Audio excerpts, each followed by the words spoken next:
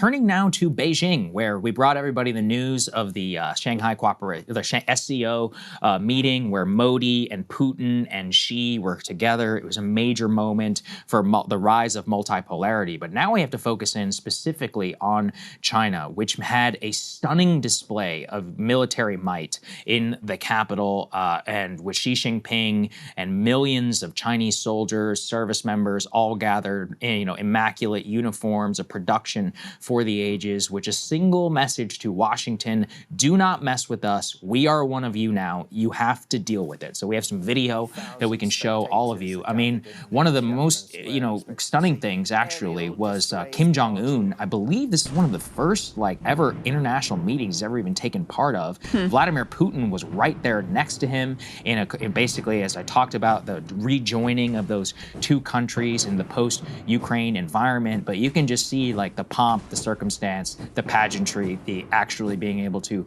march in formation, all of their uniforms that were put together. I mean, there's only one audience in the world for all of this. It's Washington. And they're actually, this is the scary part, because what do we see here? We have ICBMs and other missiles capable of hitting anywhere on the globe, 30 to 60 minutes. They had a stunning display, really, of a lot of their new military technology. By the way, they don't have supply chain problems. They don't have Lockheed Martin stocks and other things that they have to deal with. They have got one singular goal, which is, America, you will not mess with us. If we want to take over Taiwan, we'll damn well do it. If we want to continue to fund Russia, we will. And by the way, that's why we're starting a new pipeline. It's not an accident that Russia and North Korea were standing there side by side. And if anything, I think that picture with Modi, with Putin at the SCO, and now with North Korea and Kim Jong-un standing by that side is a perfect symbol of the failure of U.S. diplomacy,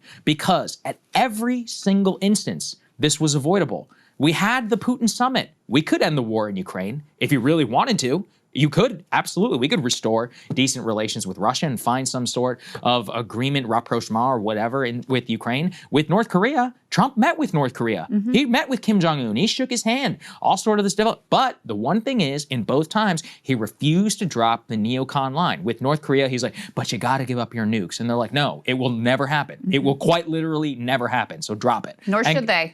By the way, they would be look at our foreign policy. Idiots to do so. Yeah. So they're like, no, it's not happening. With Putin, they're like, oh, you have to. Yeah, I don't even know what the demand here is of Putin, right? It's like, oh, we're going to meet with you, but we're still going to fund Ukraine. He's like, okay, well, I've got millions of troops, and China's got here, they have my back. India's going to keep buying my oil, so I'm just going to keep rolling, all right? And in the meantime, you guys can figure out whatever it is that you want, and I'm just going to continue inch by inch. I don't care how many soldiers of mine die in Ukraine. In the end, I'm probably going to win. And so that's their strategy. And then same with China. It's not just tariffs. I support tariffs on China. Again, though, the level of capriciousness has made it so that Xi has, in the last decade, been able to fully go in on the Made in China 2025 plan. I mean, by the way, a lot of that weaponry was distinctively part of it. If you went and read all of the primary source documents that they released 10 years ago, you see there the ability to compel Modi, Putin, North Korea. You can make fun of these states if you want to. A lot of them are not economic powerhouses, but what we have learned in the post-Ukraine environment is that production, the native capacity to produce, is the single most important thing for a nation in a time of crisis. China has been able to marry economic production, economic growth. They have state-managed capitalism at the highest, most efficient order, and they have now the ability to bring all of these former U.S. allies and or U.S. states which were able to engage with the United States, go in with China and say, hey, they're going to be a better partner to me. So combined with their deterrence, their weaponry, just the sheer might of their economy, of their defense sector, anybody in Washington who's dealing with the bullshit that we are today should be deeply afraid. And this is scary because as someone who's been covering this for literally a decade, I remember reading those 2025 plans. I was like, it's never going to happen. Or, at the very least, Washington's going to wake up. The pivot to Asia is finally happening. We're here now. We are here now. And we lost. We have to admit it. Can we even catch up? Maybe. That's a big question mark. So it's stunning. It really is. Yeah. That parade. I think that military parade is an intentional global wake-up call, or wake-up call at least here at home, that we already live in a different world than most Americans imagine that we live in. That's right. And I was taking a look at this Foreign Policy magazine article. The headline is, China's military is now leading. Wednesday's parade proved the regional military balance has irrevocably changed. And I just want to read you a little bit of this just to underscore what I'm saying here. It's now widely accepted that the story Western countries once told themselves about China's technological development, it's a mere imitator of Western tech, it steals IP, its successes result from wasteful public subsidies, is inadequate. I would say that's putting it kindly. This story still has some elements of truth, but is much less true than it used to be. China is today an innovator and a technological leader in robotics, electric vehicles, nuclear reactors, solar energy, drones, where they make 70 to 90% of drones made in China, by the way, guys, high-speed rail, and AI. If confirmation were needed, the September 3rd military parade through Beijing confirms that we must add military tech to this list. It's no longer enough to say that China's military is catching up or that it's copying foreign military equipment designs. China is now innovating, and it is leading. In the process, the regional military balance that has for decades favored the U.S. and its partners is being irrevocably changed. Now, one thing that they, of course, don't have that we do is we have these military bases spread all over the world. They do not have that. So that is a very different kind of an orientation towards the globe. But in terms of military tech, I've been listening to Seth Harper. We had on this show to talk about the Fort Bragg cartel, the book that he just wrote. He, studies and follows and researches and does, all kinds of incredible journalism around the state of the U.S. military. And he says, we're fooling ourselves if we think that we just reign supreme and it's unquestioned. When's the last time we won a war? Like, look at how we did how did it go with us and the Houthis? Yes. Right? How did it go with us in Afghanistan? How is it going with all of our weapons and know-how and, yes, special operations, special operators on the ground in Ukraine? How is that going? Right? Even in Gaza, where it's our tax dollars funding this horrific genocide, it's our weaponry. How is that? Hamas is still able to operate and able to, to take out IDF soldiers at times. So we're sort of living in a delusion about our unquestioned military superiority. And I think, for anyone who's paying attention, this parade is one symbol that should help to pop that bubble. Absolutely. I think I said this it's the analogy. I was having dinner with somebody who was very knowledgeable about U.S. defense. And the analogy is that the United States, in the lead up to World War II, our technological advantage was simple: production. More than anything. So the B-17, the B-29, they were not the world's greatest aircraft, but we could just make a shitload of them. The Nazis invented the V-2 rocket. They invented the first jet engine, the first jet aircraft that the United States actually had to engage with above the skies of Germany. Guess what? We still won, even with the technically less superior aircraft. Why? Because you could produce a ton. There's great stories. The Japanese Zero was one of the most sophisticated airplanes of its time. But, the production, after it was eventually bombed away, the Japanese would have to use a horse-drawn cart to bring a newly finished piece of material to another. Now, we are the Japanese and the Germans. We have this stunning B-2. It costs $2 billion, but we don't have the oil to put in it. We don't have the production facility or others to create the ammunition that goes into the basic gun. Now, what China has been able to do is not only match U.S. stunning technology, they have the entire supply chain to deal with it if they need to. They have the economic might and all the ability to sustain all of that. Meanwhile, we're living in a service-based, financialized, ridiculous system where I was just telling you today, FanDuel is now going to fund public transportation so that fans can get to an Eagles game in Philadelphia. The government can't fund it because FanDuel is stepping in. Well, that's the reality. Our military parade was funded by what? Coinbase. Palantir and Coinbase. Yeah. I mean, it's we sick. have It's actually some sick. of that. Let's put that B2, please, up on the screen. This is a symbol of our, we can't march. Compare and contrast. It's all, look at this. Just compare and contrast. Look, I do not want to be in a position where I'm putting down our service members, and they probably didn't have a lot of time to prepare for this because it was shoddily and hastily put together. The individual people in there, I have nothing but deep love and respect for. What I have concern about is what?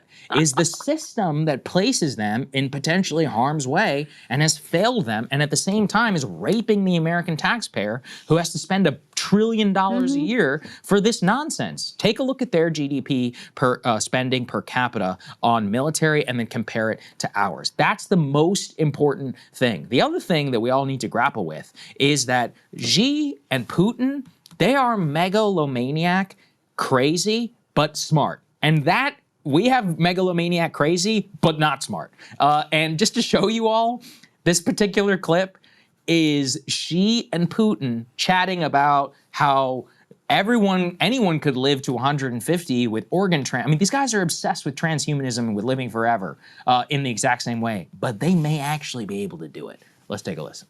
In the past, people rarely lived longer than 70 years, but today, they say that at 70, you are still a child. Human organs can be continuously transplanted. The longer you live, the younger you become, and can even achieve immortality. So you can even achieve immortality. The longer you live, the younger you become. I mean, and I've talked about this with Putin. He's a czar. Xi, I mean, he's the new Song emperor. Like, these guys are not communist or, they're like, oh, he's the new Soviet Union. Guys, read a book. Like, you have to go way, way deeper. And if you look at the way that they talk about the Chinese elites in particular, they look at themselves as the inheritors of a 2,500-year-old culture. They're not looking at themselves as history began with Mao Zedong. That's part of it, but it is part of a much, much broader picture. And so, in a way, it's like the old world is punching back. And here in the U.S., like, we're just... This is what Yegor says to me. He's like, maybe the aberration was like, U.S. Western dominance in the world, that the historical tradition is actually China being the leader of the world. Yeah, Lex Friedman asked me that. We did a podcast. He's like, will the American empire fall? And I was like, well, statistically, yeah. Like, it's like, it's like asking, are we going to one day die? It's like, I said there's a Fight Club quote, on a long enough timeline, the survival rate for everything drops to zero. Exactly. So yeah, if you look at exactly. The aberration in China was that during the 1900s, it was weak and it was divided. A lot of it kind of was... It depends. It's complicated, but the point, just broadly, is that where they see their, historical, where they see themselves today, is on a long timeline that we can barely conceive of in their culture and in their history. And so this will be the single most important battle for the 21st century. It might be a hot battle. It might be economic. Who knows? But it is the story of our time. You really cannot grapple with it unless you are, all the people alive who really had to deal with, psychologically, the rise of either Nazi Germany or the Kaiser Imperial Germany. That's what it was like to live through. When you were the British Empire and the sun never set upon you, and then all of a sudden you have this, state Germany, this new state, and they're ramping up industrial production and science, and it caused all kinds of destabilization, and nobody really knew what to deal with, and it ended in the First World War. It was a catastrophe, an absolute catastrophe. And I don't have any faith that our statesmen today are smarter and able to deal with this crisis.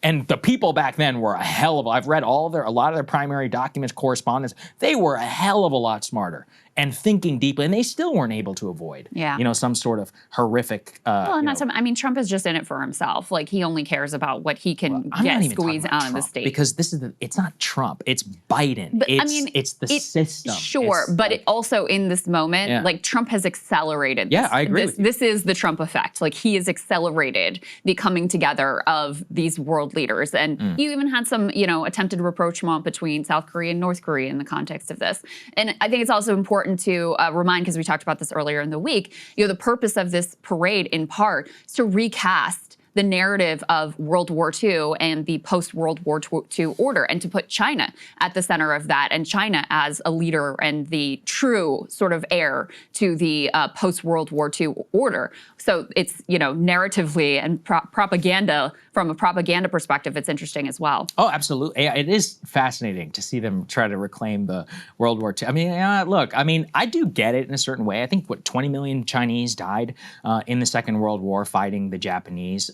It wasn't all the Chinese communists. A lot of the Chinese nationalists are the ones who died in that as well. So it was a little complicated. Sometimes they were pretty happy to let the nationalists get killed by the Japanese if it meant it was good for them. It's an interesting story. A lot of people should actually spend more time thinking and reading about it. But the point more broadly is that they love to flip the terms on the United States and be like, oh, a U.S.-led world order? What has that led to? Chaos, Iraq, And they love to talk about zero-sum competition or mutual respect. Mutual respect in their minds means Taiwan is ours and you can fuck off. Or, how Russia decides to elect its country is its own business. If Kim Jong-un has to create a famine to create ICBMs, so be it. And, in the 90s, it would be very easy to say, well, that's not who we are. Well, you can't say that in the year 2025, not in the midst of Gaza, Ukraine, Libya, Syria, Iraq. How are we going to stand on some territorial integrity principle when agree. we're funding a 100%. genocide in Gaza? Absolutely. We'd be insane to go to war with China over Taiwan. Our Secretary of State is on his way over to Israel, apparently, or I guess I should say,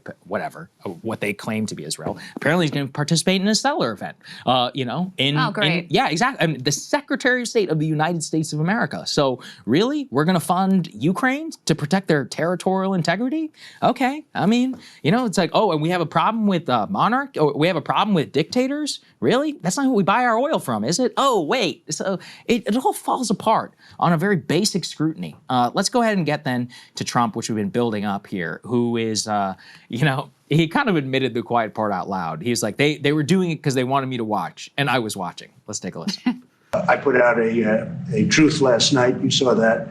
And I was the one that brought it up. I said, they're only doing this. They're looking to, when they did what they did, I thought it was a beautiful ceremony. I thought it was very, very impressive. But I understood the reason they were doing it, and they were hoping I was watching, and I was watching.